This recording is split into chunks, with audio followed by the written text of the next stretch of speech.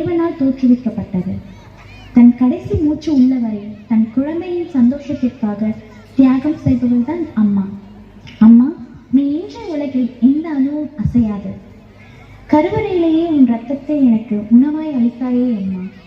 உனக்கு பிறந்ததில் நான்